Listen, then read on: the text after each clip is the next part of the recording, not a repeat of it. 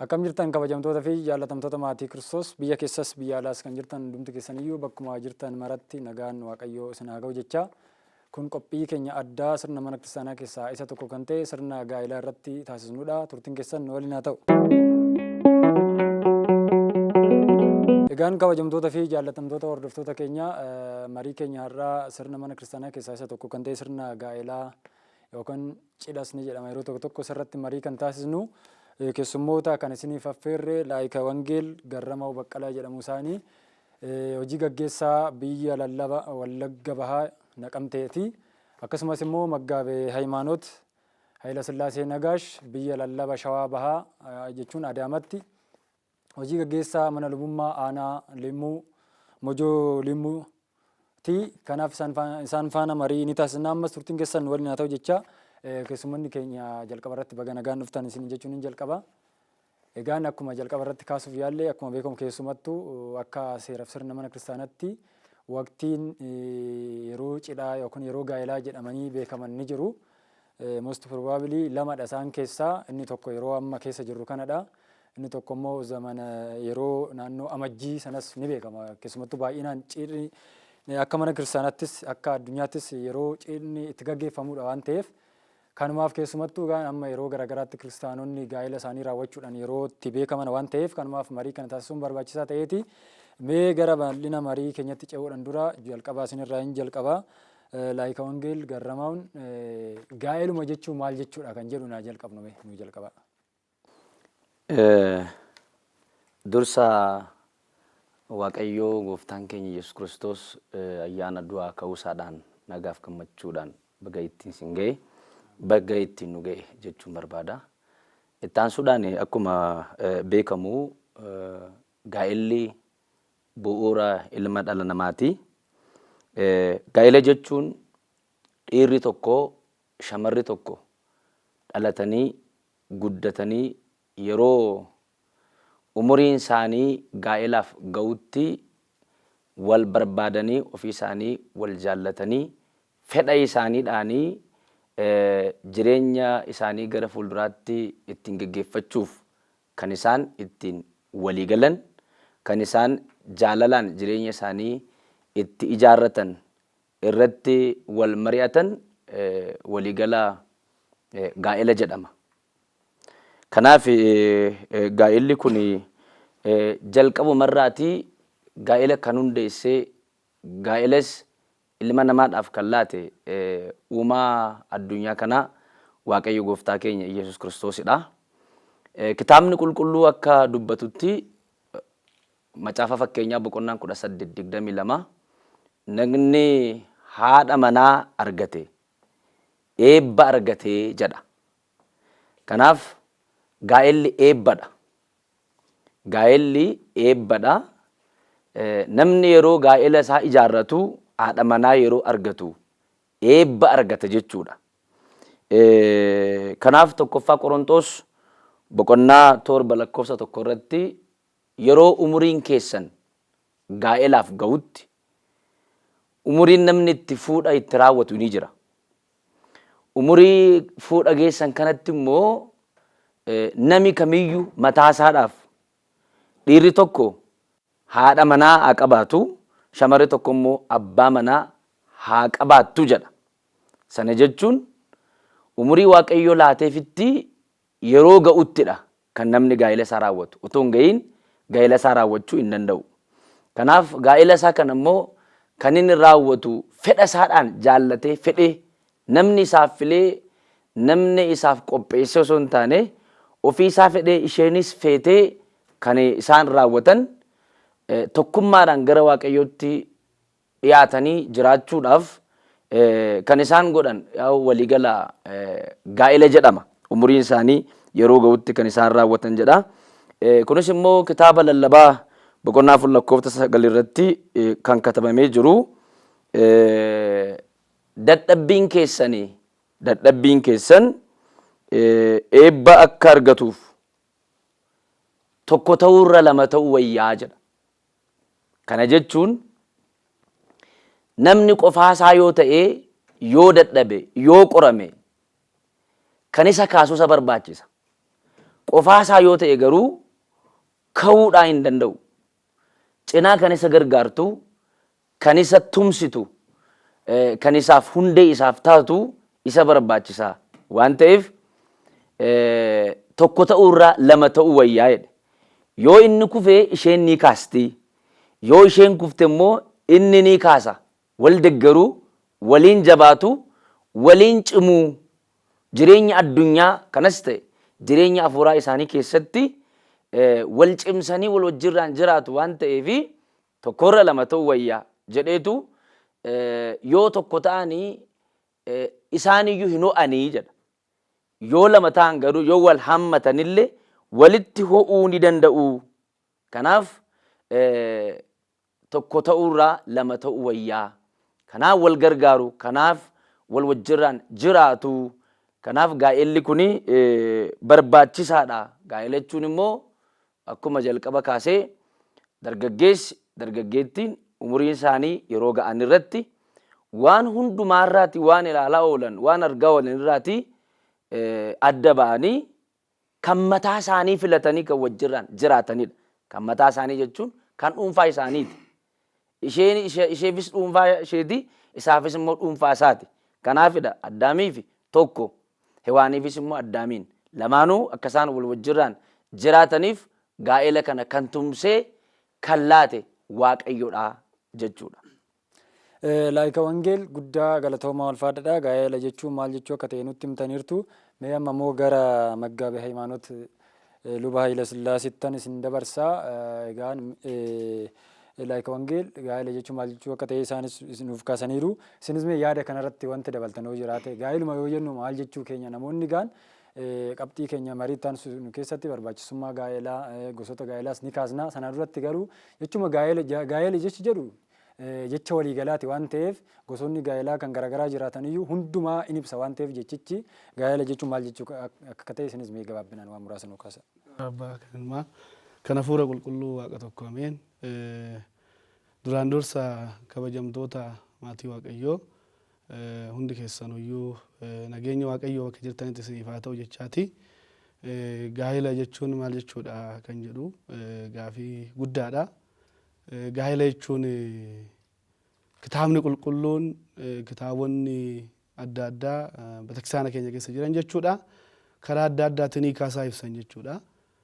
Gaa'ela jechuun iccitiiwwan mana amantaa keessaa iccitii cuubbaa, iccitii biiroon, iccitii qurbaanaa, iccitii gaabbii jennee iccitii gaa'elaa jennee iccitiiwwan torban keessaa isa tokkodha jechuudha. Iccitiiwwan torba keessaa isa tokko yoo ta'u gaa'ela jechuun maal jechuudha yoo jenne gaa'ela jechuun betekiristaana keenya keessatti hiikaa baay'ee qaba. Tokko ta'uu jechuudha. Tokkoffaan hiikan isaa jechuudha. Gaa'ela jechuun hiikan isaa tokko ta'uu jechuudha. Tokko akkamitti taa'ama yoo jenne kan lama turan yookiin immoo haati manaa odoo shamarreen takka yookiin immoo dargaggoon tokko osoo hin fuudhin kobaasaa jiraata. Kobaasaa erga jiraateen booda yeroo gaa'elaaf ga'u jechuudha. Haadha manaa nan barbaada yoo jedhe isheen hin fuudha. Yeroo fuudhan san immoo iccitiiwwan isaan ta'u godhu in raawwatamaaf jechuudha. Gaa'ela keessatti tokko ta'uu jechuun maal jechuudha yoo jenne amantaadhaan akkasumallee iccitii Waaqayyoon isaan gidduutti mul'isuun tokko ta'an jechuudha. Fakkeenyaaf tokko ta'a qulqulluu Maatiyos wangeela Maatiyos boqonnaa 19 irratti lakkoofsa 5 irratti akkuma ilaallu isaan lamaa miti tokko ta'anii arraan boodaa jedha. Guyyaa gaa'ela raawwatanii calqabee isaan guyyaa tokko itti ta'anidha jechuudha. Fakkeenyaaf isaan lama ta'anillee wajjinaa jiraatanii malee tokko ta'an jechuun miila tokkoon deemanii harka tokkoon qabanii ija tokkoon ilaalan jechuu miti. Tokko ta'an jechuun tokko ta'uu jechuun gaa'ela jechuun daa'imni isaan argatan. Daa'imni isaan argatan kan abbaa qofaa miti, kan haadhaa qofaa miti, kan lachuuti jechuudha. Daa'imaan tokko ta'anii jechuudha. Kan biraa foonii fi dhiiga Waaqayyootiin tokko ta'an. Foonii fi dhiiga Waaqayyoo fudhatanii yookiin immoo gaa'ela isaanii Waaqayyoon karaan dura ishiin kophaa yaaddi, inni kophaa isaa yaada, isheen dhuunfaa isheetiif yaaddi, inni dhuunfaa ofiitiif yaada jechuudha. Garuu erga gaa'ela raawwataniin booda kan kophaa kiyya kun keetiin hin jiru jechuudha. Gaa'ela keessatti erga gaa'elli raawwatameen booda lachuuyyuu tokko ta'aniin mana tokko jala jiraatanii, mana tokko bulchanii, yaada tokkoon jiraatan jechuudha. Kanaafiyyuu gaa'ela jechuun tokko ta'uu jechuudha. Kana yoo hubannu baay'inaan addunyaa keessatti bara keenya kana yeroo laallu tokko ta'uu kana warri nu hubanne maali wajjin jiraatan malee tokko hin taane jechuudha. Gaa'ela jechuun wajjin jiraachuu miti. Abbaan fee nama 5 nama 6 wajjin jiraachuu hin danda'a. Wajjin jiraachuudha ol maal ta'uu jechuudha tokko ta'uu jechuudha. Yaadan, amantaadhaan, amalaan, waaqayyo sodaachuudhaan mana keessallee wanta barbaachisu hunduma maaneej gochuudhaan karaa adda addaatiin jechuudha tokko ta'uu jechuudha gaa'ela jechuudha. Lammaffaan gaa'ela jechuun maal jechuudha yoo jenne kabaja guddaa ol guddachuu jechuudha kabajaan. Kennaa guddaa argachuu yookiin immoo bakka jiranii kabaja guddaadhaan of laaluu jechuudha. Namni gaa'ela raawwate kabajni isaa hin dabalaa deema jechuudha. Fakkeenyaaf kana kitaaba keenya yookiin immoo macaafa qulqulluu keessatti abbootiin keenya kitaabni qulqulluun akkuma dubbatu qulqulluu Phaawulos fi abbaan keenya Solomoon kan dubbate kaayetanan wannoo jechuudha. Amma maal jedha qulqulluu abbaan keenya Solomoon kitaaba fakkeenyaa boqonnaa 12 lakkoofsa 4 akkana jedhee dubbata. Dubartiin yaaddoo yookiin immoo laphee ishiitiin dubartii gaarii kan taate abbaa manaa ishee yookiin zawdiidha yookiin immoo gonfoodhaa jedhama qulqulluu Solomoon jechuudha. Abbaa manaa isheetiif ilaala gonfoodhaa jedha. Aklii kan jennu jechuudha. Kana qulqulluun Phaawulos immoo ummata Efesooniif yeroo barreessu boqonnaa 5 irratti lakkoofsa 23 irratti maal jedha? Waaqayyoon gooftaan keenya Iyesuus Kiristoos beteksaanaaf mataa ishee akkuma ta'e abbaan manaa haadha manaatii fi mataadhaa jedha. Kanaafiyyuu asirratti yoo ilaallu mataa jechuun maal jechuudha yoo jenne nafa keenyaaf waraqaa eenyummaa tokkollee yoo baafachuudhaaf deemne suura kan fudhannu mormaa oli jechuudha. Mataan jireenya namaatiif barbaachisaadha. Nama tokko kan adda baasnu mataadha mormaa oli jechuudha. Inni haadha manaa isaatiif gooftaan keenya Iyesuus Kiristoos mana qulqullummaadhaaf mataa akkuma ta'e abbaan manaa haadha manaatiif maalidha? Mataadhaa jedha, sammuudhaa jedha. Achirratti Solomoon maal jedhe? Ishiin akililii yookiin immoo gonfoodhaa jedhee dubbatee jira. Amma asirratti yoo ilaalle akililiin suni mataa malee hin miidhagu. Mataan immoo kabaja caalu kan argatu maaloo irra taa'e akililii sun irra taa'e jechuudha. Kanaafiyyuu isheen haati manaa isaaf akililii taatee yeroo gara isaa dhuftu akililii taateef kabaja guddaa taateef dhuftiif jechuudha. Inni immoo ishiidhaan maal ta'idu mataa ta'aafi jechuudha. Yookiin immoo mana san kan bulchu mana san kan jiraachisu ishii wajjiniin humna ta'eefi jechuudha. Jireenya ishii kan miidhagsu isaadha jechuudha. Kanaafiyyuu mootonni addunyaa kana keessatti illee yeroo mo'an jechuudha. Kakuu moofatirra qulqulluu Daawit faa yoo ilaalle Solomoon faa yoo ilaalle yeroo muddama maaltu dhufaafi zayita saffidanii mataa isaanii irratti ta'uu dha. Achumaan maal irra godhan akililii yookiin immoo zawdii jedhamu san irra godhanii jechuudha. Kabaja guddaa argata. Uummata bulchan irra adda ta'an jechuudha. Gaa'ela jechuun maal jechuudha? Kabaja olaanaa yookiin immoo kabaja guddaa argachuudhaaf wanta keessa gallu wanta qabnee jiraannu. Wanna ta'eefiyyuu gaa'ela jechuun hiikan isaa tokkoffaan lamarraa gara tokkootti dhufu yookiin tokko ta'uu jechuudha. Lammaffaan immoo kabaja guddaa ta'e argachuu jechuudha. Kanaafiyyuu kabaja guddaa kana keessa deddeebi'u wanta ta'eefiyyuu gaa'elli hiikan isaa guddaadha. Kanaa ol wanta baay'ee dubbachuu hin danda'ama. Kanaafiyyuu hiikan gaa'elaa gabaabbinaan kana jechuudha.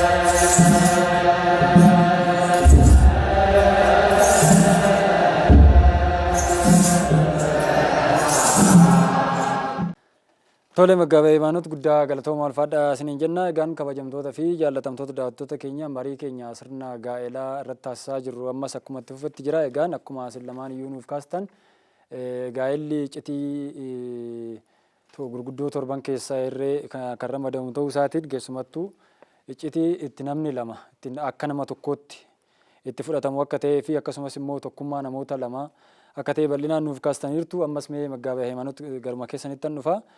Qabxii lammaffaa irratti kan kaasnu maa inni egaa gaa'ela jechuun maal jechuu akka ta'e sirriitti waan nuuf ibsitanii fi gosoota gaa'elaa meeqatu jira kan jedhu akka waliigalaatti nu kaasatu. Keessumattuu xiyyeeffannaan keenya immoo gaa'ela hafuuraa irratti haa ta'u malee gosoota gaa'elaa meeqa jechuu dandeenya kan jedhu san nuuf kaasa. Ishi galatooma gosoonni gaa'elaa akka mana amantaa Ortodoksii Tawaahidootti jechuudha. Gosoonni gaa'elaa lama jira. Gosoota gaa'elaa lama jira. Innis maalin yoo jenne tokkoffaan warroottan durbummaa isaanii eeganii kabajaan hanga gaa'elaatti turaniif jechuudha.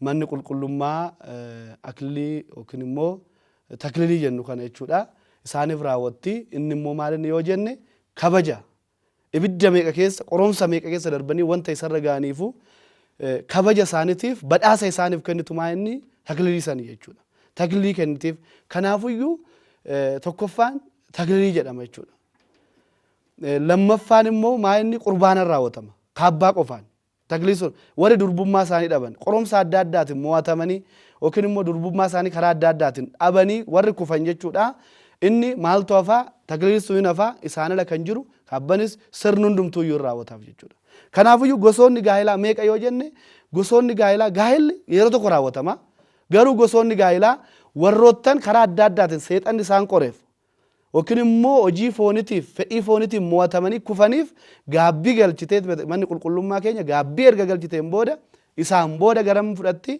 qurbaana fooniif dhiiga waaqayyootiin fudhatte jechuudha kaabbadhaan godhataniit isaan booda gaa'ila isaanii raawwata jechuudha addunyaa keenya keessatti yeroo ilaallu gaa'ila aynata gosa baay'eetu jira yoo kaasuun barbaachisaa ta'e gosa baay'ee jira fakkeenyaaf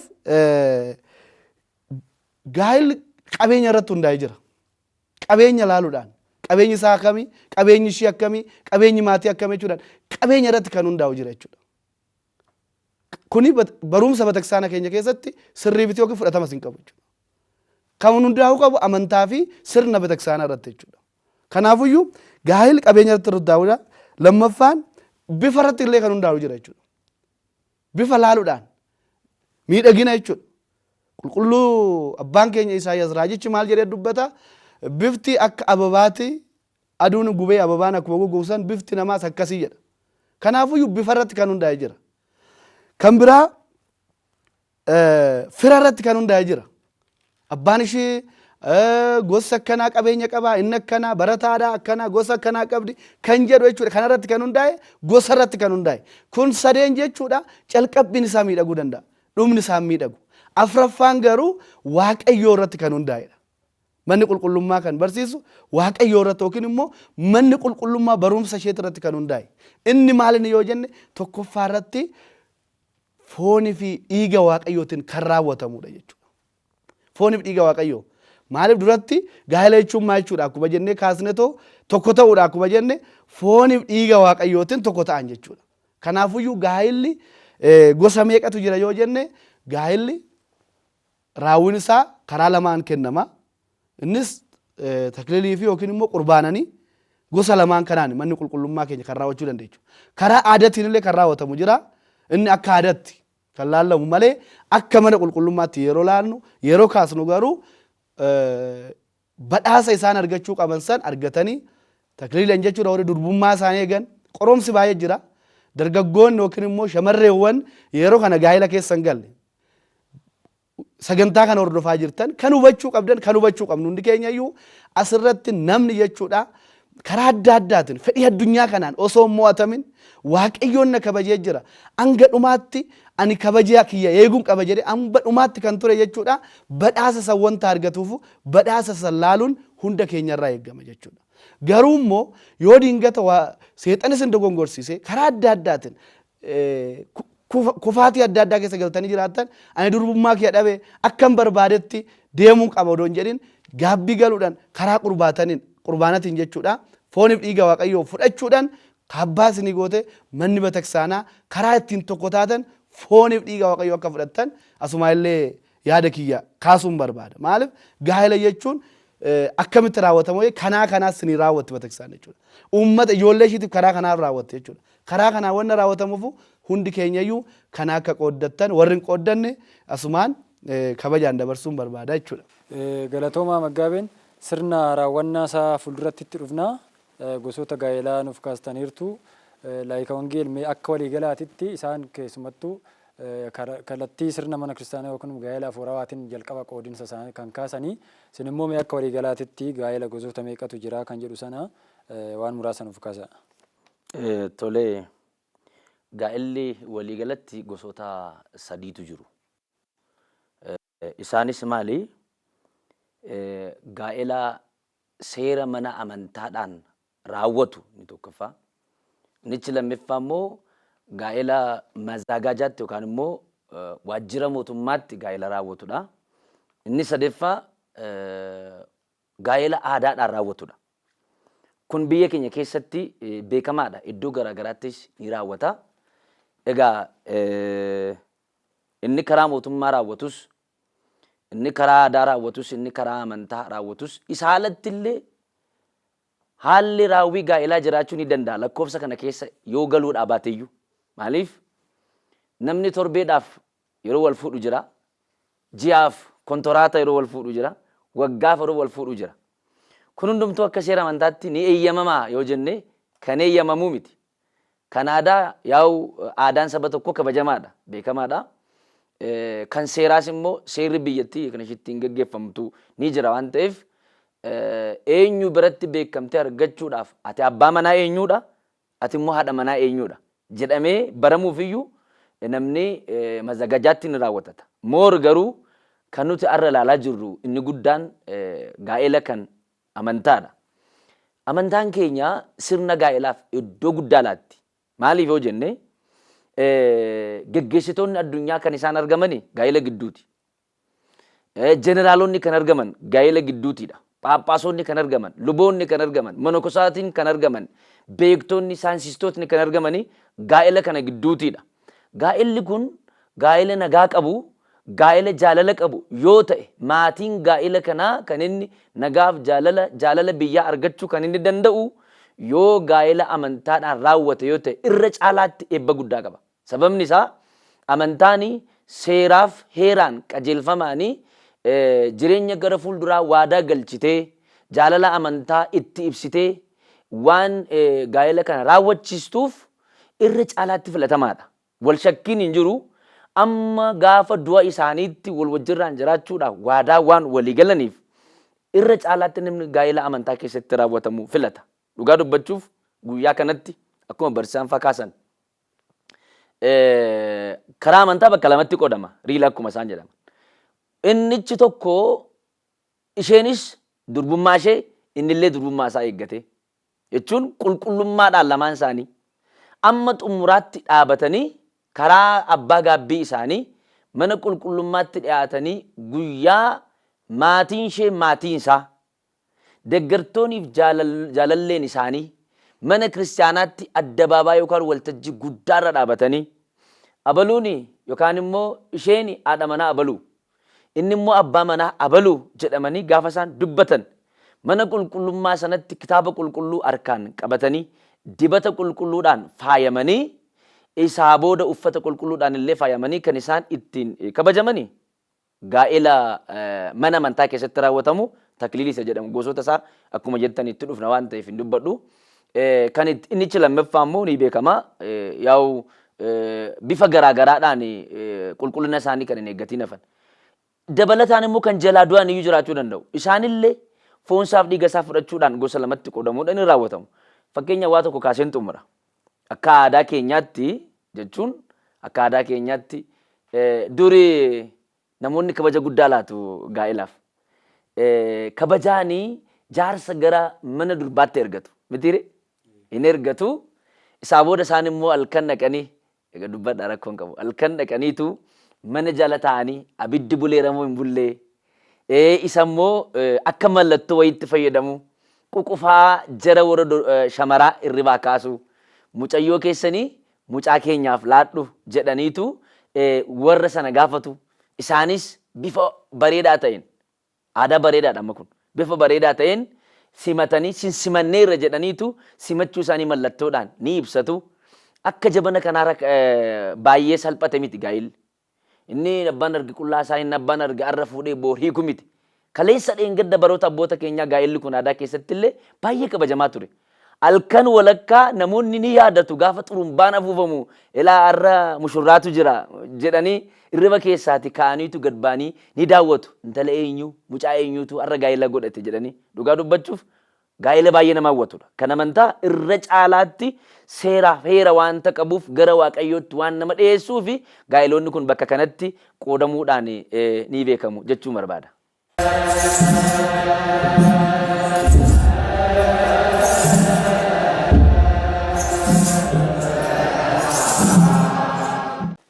Baay'ee guddaa galatooma isin lamaan keessanuu egaan akka waliigalaatti Maggaaba Himanut gosa lama jedhanii yeroo kaasanii keessumattuu sirna raawwannaa gaa'ela manni kiristaanaa raawwatturraa kaasaniitu gosa lamatti qoodanii isinis immoo akkuma jettan gama biraatiin immoo kan mana kiristaanaa dabalatee mootummaanis kan raawwatu akkasumas immoo aadaadhaanis kan raawwatu dabalateetu gosa sadii kan jettanis yaadni lamaan iyyuu yaada wal faallisu otoo hin ta'in yaada walitti dhufeenya qabuu fi akkaataa ittiin ibsatan malee garaagarummaa hin qabu jechuu barbaadetanii baay'ee guddaa isin galateeffannaa. Ammas laayika wangeelisuma biran jira qabxii itaan irratti kan taasisnu egaan gaa'ela jechuun maal jechuu akka ta'e akkasumas immoo gosoota gaa'elaa meeqatu jiru gaa'ela mana kiristaanaatti raawwatamu gaa'ela gama mootummaatiin fi gaa'ela aadaatis akkasumas immoo gaa'elli mana kiristaanaa immoo kan tagliilii fi kan qurbaanaa jettanii akkuma qooddan sana kan hunda isaa ilaalleella. Egaa haga kana erga jennee barbaachisummaan gaa'elaa maali kan jedhu sanamee sirriitti nuuf ibsa. Qabxii murteessaadhas waan ta'eef garuma keessan. Okay, gaa'elli baay'ee barbaachisa. Barbaachisummaa isaa karaa sadiin kaasa. Nichi jalqabaa gaa'elli sanyii bakka buufachuudhaaf kan inni barbaachisu. Innichi lammaffaa immoo ejjarraatii bilisa of gochuudhaaf barbaachisa gaa'elli. Innichi sadeeffaa immoo wal gargaaruudhaaf gaa'elli ni barbaachisa. Seera uumamaa boqonnaa tokko lakkoofsa 26 irratti Waaqayyo Addaamiin erga uume qofaasaa akka inni ta'u hin barbaanne. Silaatii addunyaa bareedduu kana keessa namoota muraasa qofatee jiraata ture. Haa ta'u garuu kan isaan mijattuu jedha. Kan isaan mijattu isaaf haa uumnuu jedha. Ittiin dhufa gajjallaatti. Sanyii bakka buufachuu jechuun Addaam Ewaaniin ega bareeti ijoollee godhate.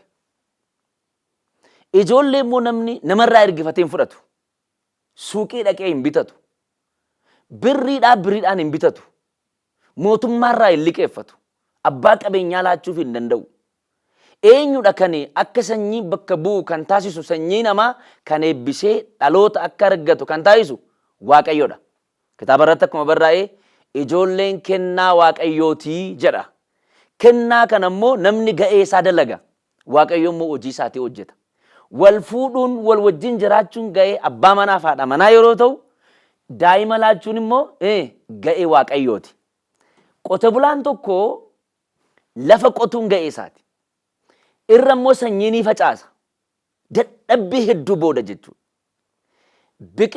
Biqilchee sanyiin sun akka inni biqilee jennaan qote bulaan sun itti fayyadamu kan taasisu garuu eenyudha?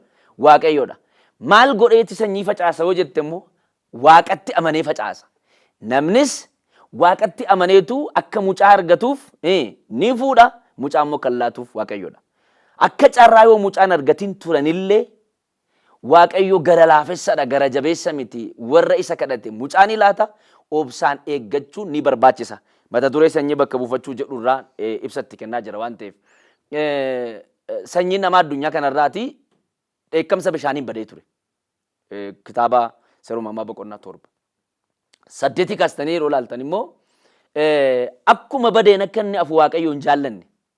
Ardiin kun ardii dheekkamsaa bishaan baddee akka isheen haftu waan hin barbaanneef ijoollee Noohi bishaan badisaa irraati hafan Seem, Kaamiif, Yaafet horteen sun itti fufee boor sanyiin isaanii addunyaa kana akka guutuuf isinii sanyiin keessanii jedhe horaa baay'adhaa addunyaa kanas guutaa bizu watabaazi'u miliwwaa lamidraale horaatii baay'adhaa addunyaa kana guutaa jedhe eenyu Waaqayyo.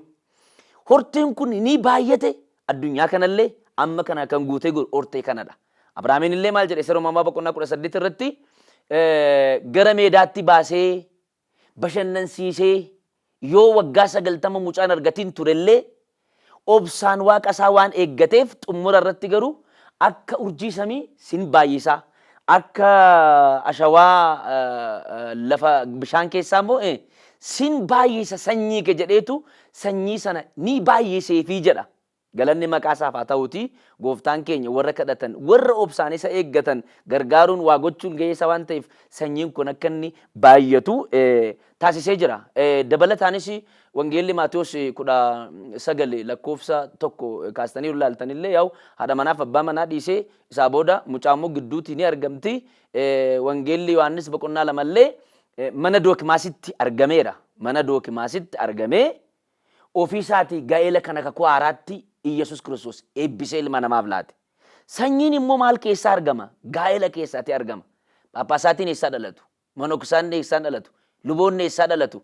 Warri kaan immoo akka amantaa isaatti eessaa baa yoo jenne gaa'ela gidduutii ba'a. Kanaaf tokko akka sanyii bakka buufataniif namni immoo mucaa isaa yeroo argu baay'ee itti gammada. Maaliif? Moodela isaati. Fakkeenya isaati. Fakkeettii isheeti waan ta'eef mucaa koo jedhee mucaa isaadhaaf baay'ee garaa laafa. Kitaabni akka dubbatetti akka ijoollee warra abbaa hin qabneetti isin lakkisu yeroo jedhu warri abbaa qaban baay'ee gammadu waan ta'eefidha. Nan gabaabsa. Inni lammaffaa immoo ejjarraa bilisa akka isaan ta'aniif. Tokkoffaa Qorontos boqonnaa 7 lakkoofsa 3 kaastnee yeroo laallu dargaggeessis haa ta'u dargaggeettiin yeroo gaa'elaaf geessetti yookaan immoo ga'etti hawwiidhaan gubachuurraa jedha. Namni gaafa gara dubartii ilaalu ni hawwa. Gara dubartii ilaalanii hawwuun immoo ejjaa jedha. Wangeelli Maatiyos boqonnaa 5. Kanarraati bilisa of gochuudhaaf maal jedhe?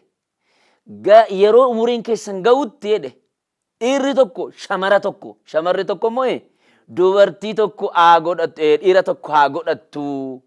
Isaanis immoo wal wajjin haa jiraatanii. Namni fuudhee otoo haadha manaa qabu heerumtee otoo abbaa manaa qabdu sababa ejjaadhaan qoramuudhaa hin qaban.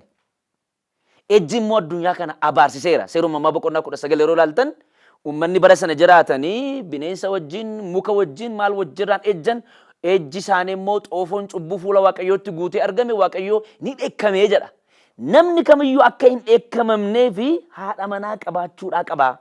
Haadha manaa yoo qabaate immoo sababa wal dhibdee mana keessa jiruun gara alaatti bahee ejjuudhaa hin qabu jedha. Qorontos 11:27 irratti haati manaa kabajadhaa jedha. Tokkoffaa Phexros boqonnaa 3 irratti yeroo ilaallu immoo dubartoonni abbaa manaa keessan kabajaa jedha. Waa dubbadha. Barbaachisaas waan ta'eef maal jedhaa?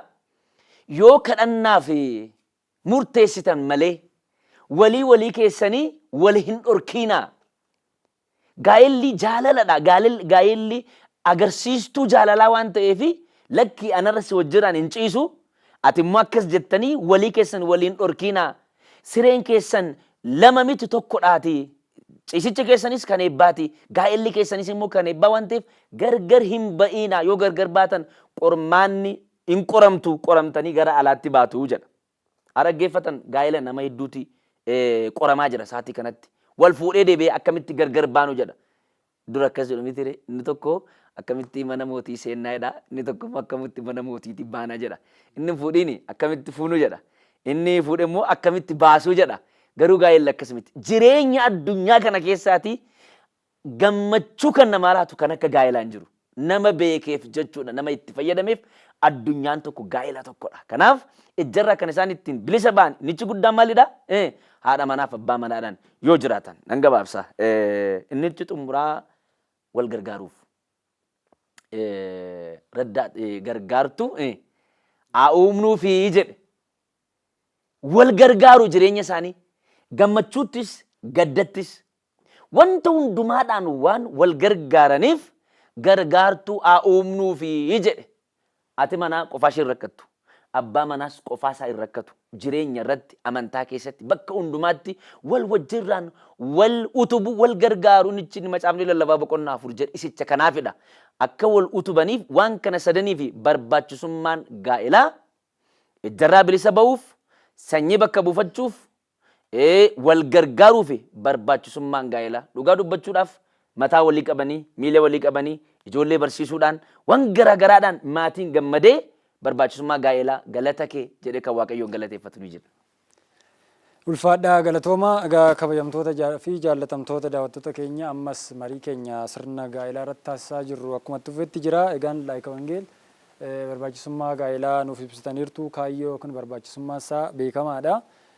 Maggaabee Hayimaanootis yaaduma dabalataa asirratti yaada dabalataa wanti nu dabaltanoo jiraate yaada dabalataa akka kaastanii fi garuma keessanittan. Ishi baay'ee galatooma wanta ijoo ta'edha. Nus yeroo dubbannu abbootiin amantaa warri dhaggeeffattanis sagantaa kana jechuudha barbaachisummaan gaa'elaa wanta guddaadha. Namni kan hin beekne gaa'ela isaa keessatti sochii ta'u gochuu hin danda'u. Gaa'elli isaa si'oolii ta'a malee gannata ta'uu hin danda'u. Maaliif namni waa'ee gaa'elaa hubate shamarreen takka yookiin immoo dhiirri tokko yookiin dubartiin takka jechuudha waa'ee gaa'elaa hubannaan gaa'ela isaanii seera fuulduratti fudhatanii deemuu hin danda'an jechuudha.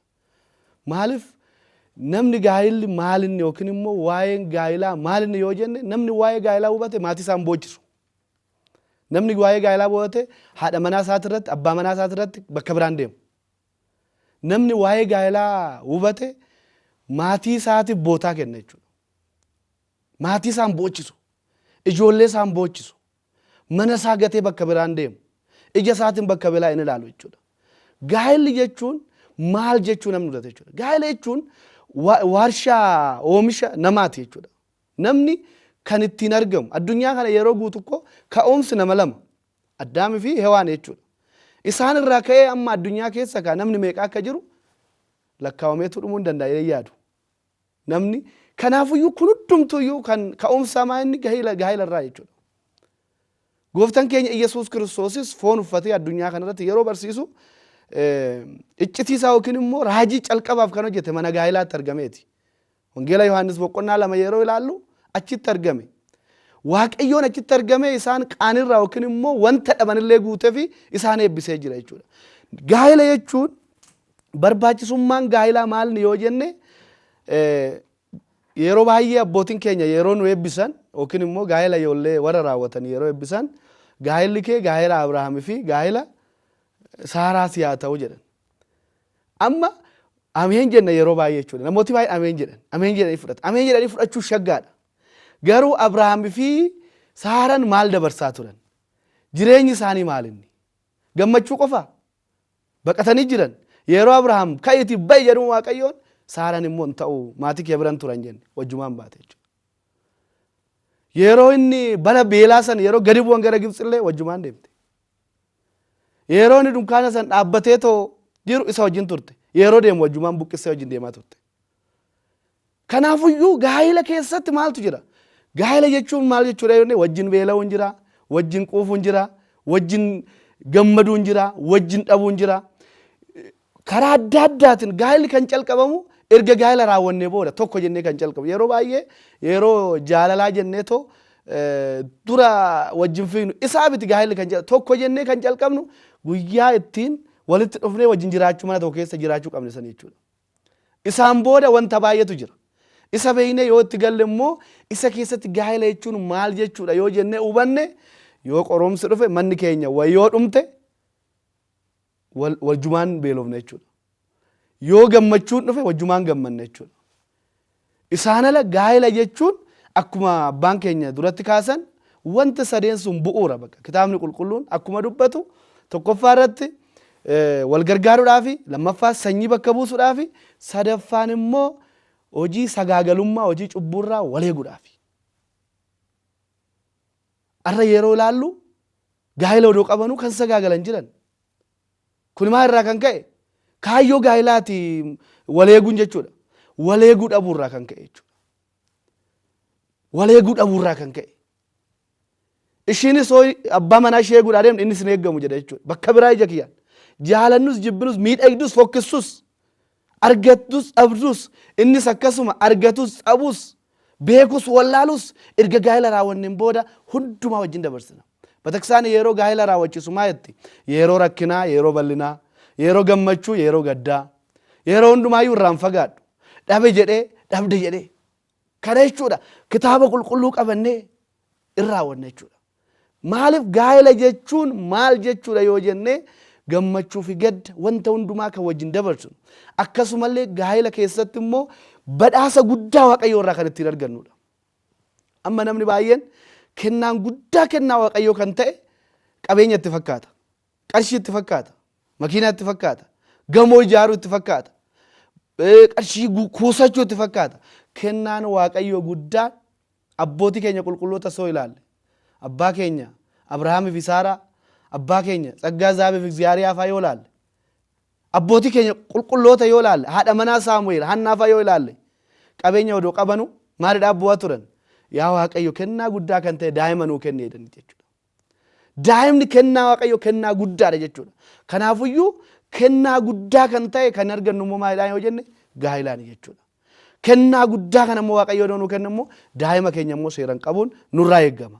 Asii wal qabsiisee wanta dubbachuu qabu maalinni yeroo baay'ee kennaa guddaa kan ta'e daa'ima jechuudha.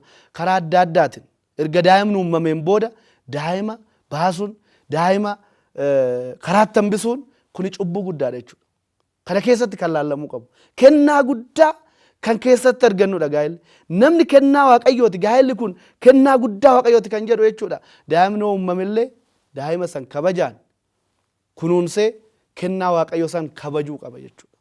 Kanaafuyyuu gaa'ela jechuun wanta baay'ee kaasuu hin dandeenya. Yeroo laaluu qabnu kan suura ittiin kaanu qofaa miti. Aduu cidha keenya suura kaanee kan adda ittiin baanu miti jechuudha. Suuraa oli jechuudha. Qoromsa baay'ee jira. Namni daldala tokko calqabu, daldaaluu yeroo calqabu bu'aa san qofaa miti kan laalu. Amma bu'aa argatutti ba'uun jira, bu'uun jira, dadhabuun jira, dafqa dhanqalaasuun jira jechuudha. Namni gaa'ela yoo raawwatus immoo qoromsa adda addaa jiraachuu danda'a. Achi keessa darbeetoo kennaa waaqayyo kabajaan akkasuma haadha manaasaa, abbaa manaashii kabajaan jaalalaan wal danda'uudhaan akka jiraatan kitaabni qulqulluun hin dubbata jechuudha. Oo akkas ta'uu baate abbaa manaaf haadha manaa sana akkas ta'a jechuudha. Haadha manaatiif abbaa manaati kana dubbadhee taffixa jechuudha. Abbaan manaa ta'u wajjin jiraatan, jaalalan qaban, waliin kabajan, waliin dhaggeeffatan. Yoo inni dubbate ishiin hin aarti. Ishiin yoo dubbatte inni naara. Siree tokko irra ciisan, mana tokko keessa jiraatan. Amma guyyaa tokko inni bakka hojiitti olee dadhabee dhufe halkaniin sa'a 11tti akka hojii dhuftu jedhameet bakka hojii isaatii ajajame jechuudha. Dadhabee galee jira. Ittiin dubbatu ishiin ittiin dubbattu jechuudha. Amma maal jedheeni akkaman godhaa hirribni na fudhata nan dadhaba ishiin gargaartu tiyya itti dubbadhu jedhe hin dubbadhu na aarsitee jirti jedhe hin dubbadhu. Kanaafuyyuu yeroo na yaalaa deeme immoo hojiin yeroo na yaalaa deema. Kanaafuyyuu akkaman godhaa jedhe. Ani immoo ishiitti dubbachuun qabu. Ilaalaa manni isaanii tokko, gaa'elli isaanii tokko mana tokkoof dhaabbatan. Ishiin innis mana isaatiif hojjeta, ishiin mana ishiitiif hojjetti jechuudha. Amma yeroo kana ishiitti hin dubbadhu jedhee maayidha. Sa'aatii kana yeroo kanarratti na kaasi jedhee barreessee tiraasii cinaa teechisee deema jechuudha. Rafa jechuudha. Yeroo inni rafu kana ishiin ilaalte. Amma nan kaasaa hin kaasu halkan guutuu riba ishii dhabde jechuudha. Halkan sa'a 11tti kaateet kaasuu laata, dhiisuu laata. Maaliif nan dubbisne? Ilaalaa inaaffa addaa waaqayyo onnan taajaalanne keessa galuun hin dhuffaate jechuudha. Gaa'ela jechuun wal dhaggeeffachuu wal danda'u jechuudha. Hiikan gaa'elaatu. Amma yeroo kana ishiinis yeroo san maal jette? Ani maa isa kaasu jetteet waraqaa san jechuudha. Garagarchiteen maal goote? Yeroon gahee jira ka'i jetteen hirriba jechuudha. Yeroon gahee jira ka'i jettee barreessee achuma teechiste jechuudha. Innis yeroo kana hin kaane waraqaadhuma barreessanii ganama yeroo aduun ba'u ka'e jechuudha sa'a tokkotti. Yeroo laalu ishiinis barreessite maal jedhan ta'aniit aniifati gaa'ela jechuun tokko ta'uu jechuudha. Gaa'ela jechuun wal danda'uu jechuudha. Gaa'ela jechuun wal dhaggeeffachuu jechuudha. Ani akkanatti dadhabe addunyaa kana keessa socho'ee nama biraan danda'u dhiifama naa godhi. Ishiinis akkasuma dhiifama wal gaafataniit jireenya isaanii itti ufanii jechuudha. Kanaafuyyuu gaa'ela jechuun wal dhaggeeffachuu, wal kabajuu, wanna hundaanuyyuu gammachuu fi gadda wajjin dabarsuu jechuudha.